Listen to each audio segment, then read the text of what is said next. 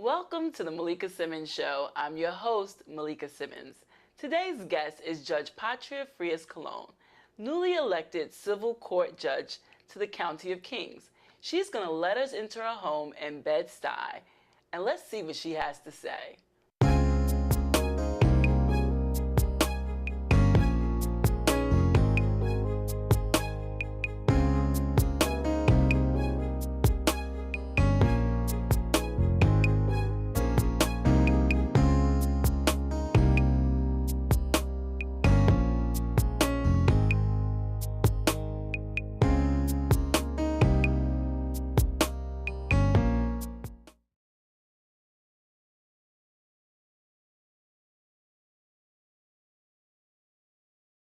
My professional career, I've always worked in really difficult environments. For example, first out of law school, once I graduated, I worked in the Kings County District Attorney's Office. And there we did all the prosecution of crimes that happened in the borough of Brooklyn. And, you know, like anything else, when families are affected, not just the victims, but also the people that are involved in committing some of these crimes and their families, that takes a lot from a family and in the community. It just impacts everyone very, in different ways. And so fast forward to family court as the borough chief, you have to develop things to do and work with your staff to make sure that you don't burn out. Do you think criminals can be rehabilitated? Absolutely. Absolutely. I mean, I think that we need to continue as a society to create better ways to rehabilitate people. But I think that absolutely, you know, we have the capability, certainly, to successfully work with those that have to be incarcerated so that they can become, you know, be incorporated back into our society as positive members of our society. What advice would you give youth today to avoid ever having to enter into the penal system? Okay. So one of the first things I would love young people to really consider is go to school. Even though they feel that their school is not doing anything for them, they should ride it out and do what they have to do. I would hope that they're going to listen to their parents, especially when parents are working hard to elevate themselves and their families. And then I would also tell them not to give up hope. You know, I was raised in Bushwick during a time when they were very trying times for Bushwick back in the 70s and the 80s and the 90s. And I very easily could be speaking to you today as a defendant because my life paralleled the lives of many of the young people that I prosecuted in family court. But I had a village looking after me. And that's something that I would want young people not to begrudge. And I would hope that, that we need more of that for sure. You know, so for example, when I was growing up, the grocery store owner knew who I was. They knew who my family was. And if there was something that, you know, they didn't think was kosher, they were going to let my family know. You know, we had neighbors that were very attentive. And I knew that if we didn't behave in the way our parents expected us to, that they was going to get back to them and that we would be punished for it. And I think that some of that, we want to see more of that, you know, more of that community engagement and that village that helps all of us get better. What hope do you hope to bring to your community when they walk in and they see you sitting on the bench? That's a great question because I've been an attorney for 23 years, okay? So I've seen some of the best judges and I've seen some of the challenging judges. I've seen how they disrespect litigants and I've seen those that give the litigants their opportunity and their day in court. And I think what I want, what I expect if I were a litigant, and I have been a litigant, you know, I have needed to use our court system to engage in a dispute. I want the judge to be respectful. So when you come into my courtroom, you will be treated respectfully. I want the judge to know the law. Okay, so that substantive knowledge is key. And I want them to apply that knowledge and that law even-handedly for everyone that comes in. And so that's something that I'm going to hopefully incorporate. I expect to be incorporating that. Knowledge of the law, which I have. Very committed to our Brooklyn community, really our New York City community. And I want to make sure that that application of the law is done even-handedly to all sets of facts that are before me. And I think people, you know, there's always going to be a party that's not going to be happy with the outcome. But in my courtroom, everyone's going to leave satisfied that they were heard. Excellent. Let me ask you, tell us about your work with domestic violence. Very early on in my professional career in the Kings County District Attorney's Office, I had the amazing opportunity to be tasked to develop a program called the AWARE program. And the AWARE program was a rapid response system that was developed in Brooklyn specifically for women or other victims of domestic violence, that they would press a button and the police would respond quicker than they would if it was just a 911 call. And so part of that included programs, not just for the victims of domestic violence, but for the perpetrators of domestic violence. And so I was really excited to develop that for the district attorney at the time. And it really did phenomenal work, and it was replicated throughout the state and throughout the country. So we were very pleased to have been the first ones to develop that, and I was one of the first prosecutors to develop that for our community. Wonderful. With such heavy responsibilities in the workplace, how do you manage home? That's a great question. You manage home by hopefully having a very supportive family. And that's how I managed. I have a wonderful husband who has always been very supportive of my professional endeavors, and they have all been very challenging and taxing. But knowing that he was home to take care of the kids when I wasn't here, make sure the homework was done, and just being there, that was key. So that's how I was able to do it. I couldn't have done it any other way. My sisters, my siblings, my mother, it was truly, truly a village operation. And I think that people who don't have that, it can be very difficult. It can be very difficult. But I'm very fortunate to have had that. And to this day, as we speak, as we're having this conversation, you know, my family is very supportive of everything that I want to engage in, always. Tell me about your children.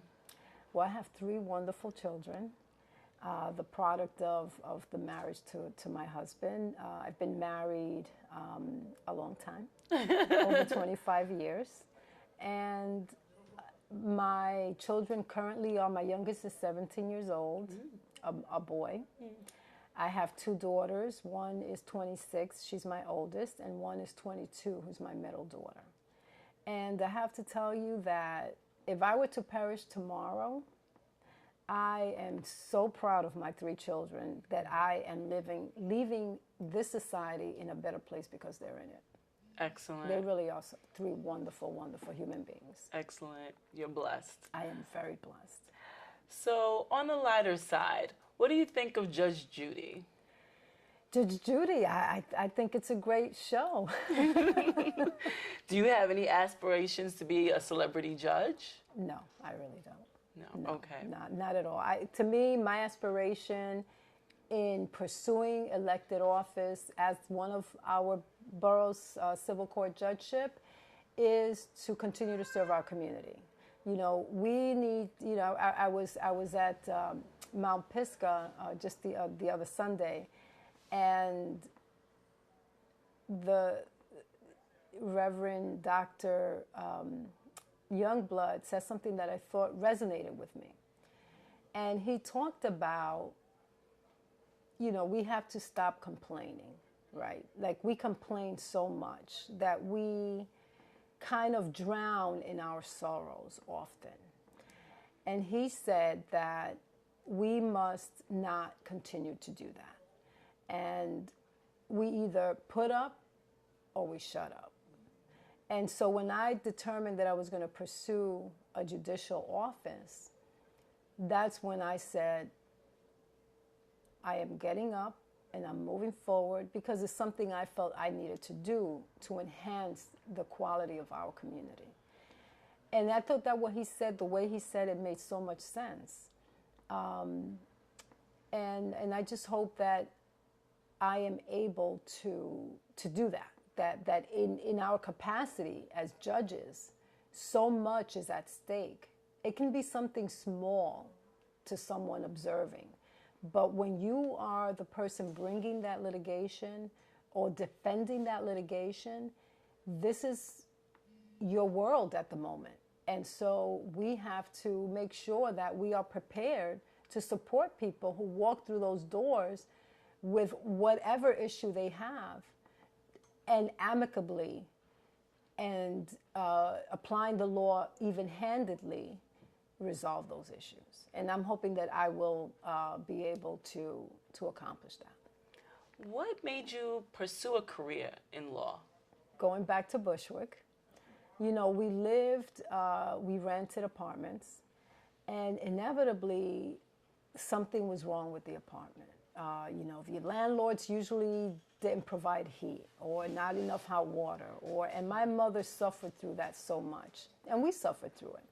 And so I kind of pledged that I would be an attorney to defend those types of rights. But even earlier than that, actually, my earliest recall of wanting to become an attorney, or thinking that I was capable of becoming an attorney, because, a lot of us aren't given that kind of, we don't have that kind of aspiration. But I remember sitting in my first grade class in PS 274 here in Bushwick. And, I don't know if you remember this, but in your classrooms, they would have these libraries, like these corner libraries in each classroom. And one day, one of the books that appeared on the corner library was a book about professions. And on the cover of the book was a woman, and her title was lawyer. And, back when we were growing up, at least when I was growing up, you see Matlock, there were no women attorneys even on TV, right? Everyone was a man, and everyone was a white man. There were no people of color, at least not the TV that I saw. And I said, oh, okay, so that's a possibility. So it took a book for me to see that seed was planted there. And as I'm growing up and seeing all the trials and tribulations that my mother was going through, I said, this is nothing that an attorney cannot fix. And I said, that's going to be me. I'm going to become someone that is going to help the people when they're in need, and get them their legal rights protected. And hopefully I've done that. I think you have. You talk a lot about Bushwick. Tell me about your roots. Well, I am a judge, the first judge ever elected and supported by the Kings County Democratic Party, who is of Dominican descent. Congratulations. Actually born in Dominican Republic. So I'm an immigrant. Wow. Okay. My first language was not English. It was Spanish. Wow. And I had to learn English in school, and it was difficult. It was very difficult. And I was in the bilingual program in school. But all of that helped me tremendously, because it gave me a lot of aspiration and the need to better myself and my family initially. So I was born in the Dominican Republic. My mother brought us here when we were little, and we landed in Bushwick. and she worked really, really hard. Always worked, a couple of jobs to barely make ends meet. And we needed to make sure that we didn't give her too much trouble. I'm not going to say there was no trouble, but we tried really hard to behave and do well in school. That's really all she asked of us, as any parent, right? I mean, I'm a parent now, and the best gift a child can give their parent is to do good in school, do well. And we tried to do that. What message would you give to fellow immigrants? I would tell my fellow immigrants not to give up on the United States. I would tell them that their dreams can come true and that they should pursue their dreams, whatever those are. And certainly to get support in any way from anyone that can give them that support. They don't have to do it alone. I had a lot of support. I had support from my teachers. I had support from my guidance counselors. I had support from a lot of different school officials who saw the potential in me that I didn't see. And I want them to take advantage of that support. They don't need to feel that they are lesser because they're an immigrant into this country. And the reality is that most of us are immigrants. You talked about school. Tell me about college life. Were you an activist in college? School was great. As I said before, I graduated from PS 274. I then graduated from Philippa Schuyler 383. Excellent. That was my junior high school. Excellent. My beloved junior high school. And the motto there was, to whom much is given, much is required. Much is required. And that was our motto. And I kind of, grew up trying to practice that. After Philippa Schuyler, I graduated from Bushwick High School. Excellent. Where there was an amazing guidance counselor who has since passed away, but she helped me do my college applications. And off I went to the University of Rochester. Very far. Right. By driving. But it was a short airplane ride, about 45 minutes. But, we couldn't afford airplane rides all the time. But it was a university was far. I was very homesick initially, but short answer, yes, I was an activist. I was involved with the Latino organization. I was president of the Latino organization on campus. I was involved with the Black student organization, always very involved with them. And we really tried to create an environment for all of us at the university to support each other, because it was a predominantly white institution. And sometimes, when you're in that environment, they tend to, we tended to feel sometimes unappreciated, sometimes picked on. And so we engaged in organizations to educate everyone, including ourselves, about how great we are and what we can offer the university. And it worked out well. I have lifelong friends from the University of Rochester. And at that point, I knew I was going to be a lawyer. So I went off to Hofstra University School of Law, where I graduated there. And so, again, lifelong friends from there about 23 years ago. And so it's really been, I've been very, very fortunate to pursue goals and attain those goals. Right. But it is not because I've done it by myself. Right. There's always been someone, a group of people who have supported me, and that's what I want to leave everyone with, is that if you have a dream, don't think you need to do it by yourself. And people do want to help. People like being a part of something good. And people feel good when they're helping others. And I hope more of us will try that. I agree. What inspires you, Judge Colon? My community, my family and my community. That's truly my inspiration. And then once I had children, everything we did as a couple, my husband and I, was to teach them by example. And I hope that we have done that and continue to do that. But our community also, our community needs to see that in our community, I'm talking about our New York City community, our state, our country, like as a community, we need to see that everyone has something to offer, has something to bring to the table. And that if we take advantage of all of our wonderful skills, this country is going to be in a wonderful, wonderful place. Speaking of this country, what do you think about the Trump presidency? I try not to think about it.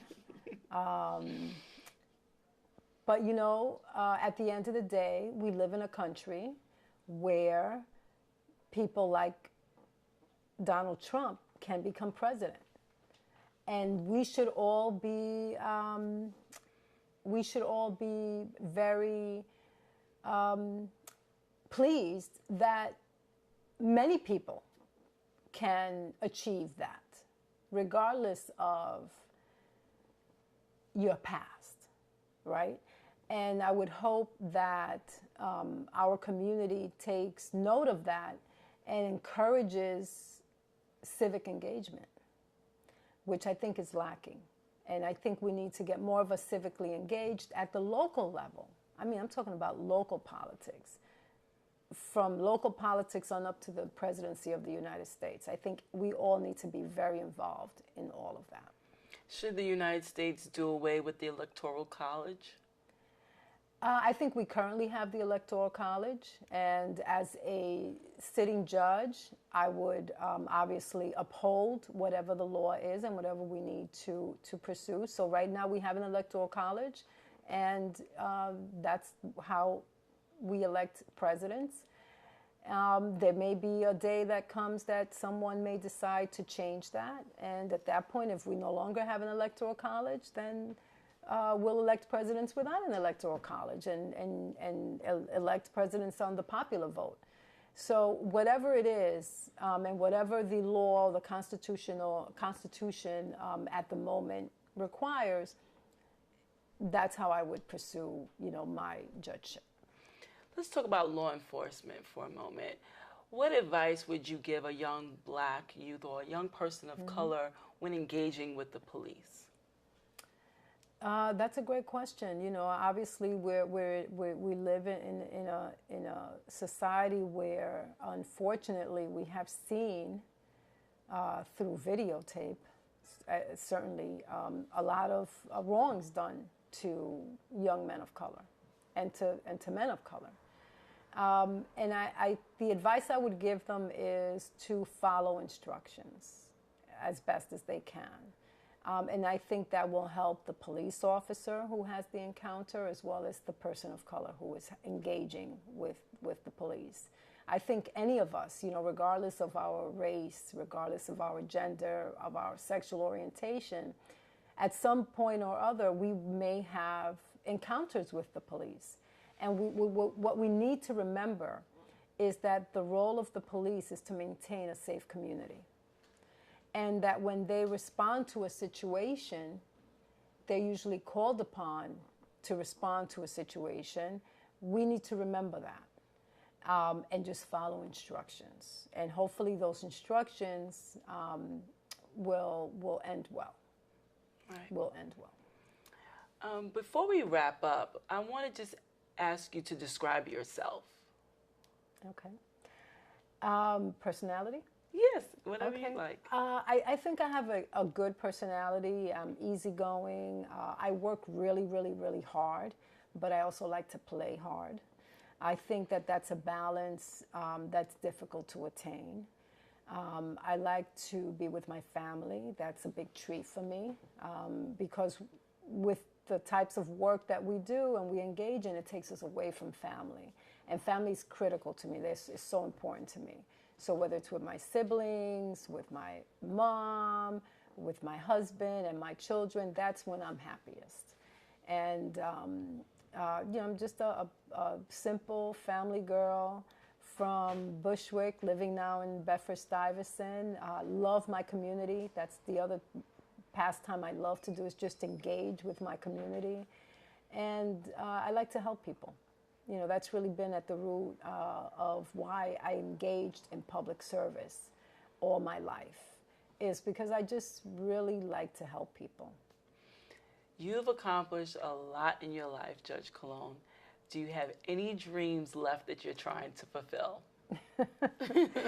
Well, you know, one of the reasons ultimately, one of the aspirations that I do have is to ultimately, you know, continue to work hard as a judge and to be a judge for the people of the state of New York. And hopefully that, you know, if I do that well enough and I can serve the people of the state of New York well enough in this capacity, hopefully, you know, there may be other attention, you know, maybe from a governor or from a president and appoint me in, you know, in other capacities. I'm ready to serve. And I think the job that we need to do is serious work. And I'm ready to roll up my sleeve and continue to do that.